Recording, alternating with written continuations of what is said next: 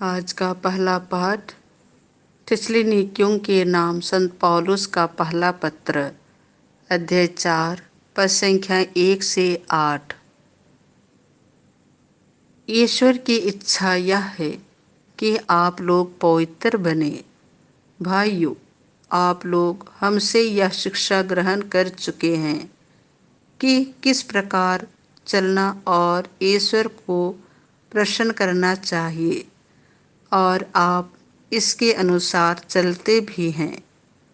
हम प्रभु यीशु के नाम पर आपसे आग्रह के साथ अनुनय करते हैं कि आप इस विषय में और आगे बढ़ते जाएं।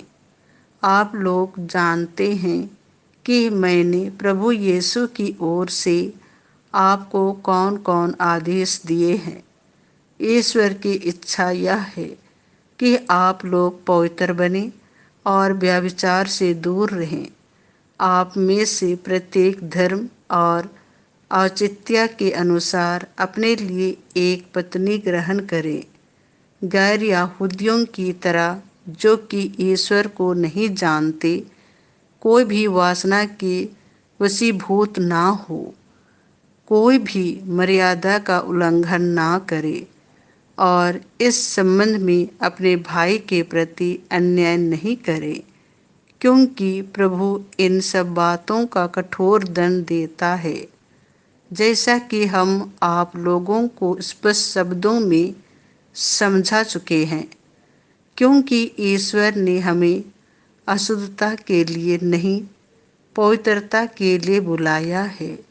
इसलिए जो इस आदेश का तिरस्कार करता है, वह मनुष्य का नहीं, बल्कि ईश्वर का तिरस्कार करता है, जिसने आपको अपना पवित्र आत्मा प्रदान किया है।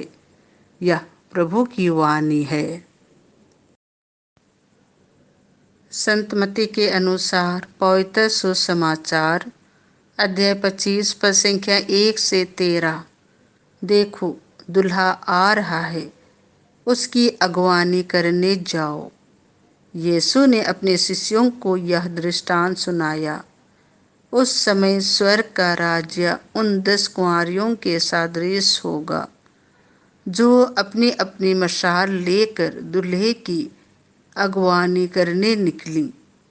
उनमें से 5 नासमझ थीं और 5 समझदार। नासमझ अपनी मशाल के साथ तेल नहीं लाई। समझदार अपनी मशाल के साथ साथ कुप्पियों में तेल भी लाई। दूल्हे के आने में देर हो जाने पर सब ऊँघने लगी और सो गई। आधी रात को आवाज़ आई, देखो, दुल्हा आ रहा है, उसकी अगवानी करने जाओ। तब सब कुंवारियाँ उठीं और अपने अपने मशाल संवारने लगीं।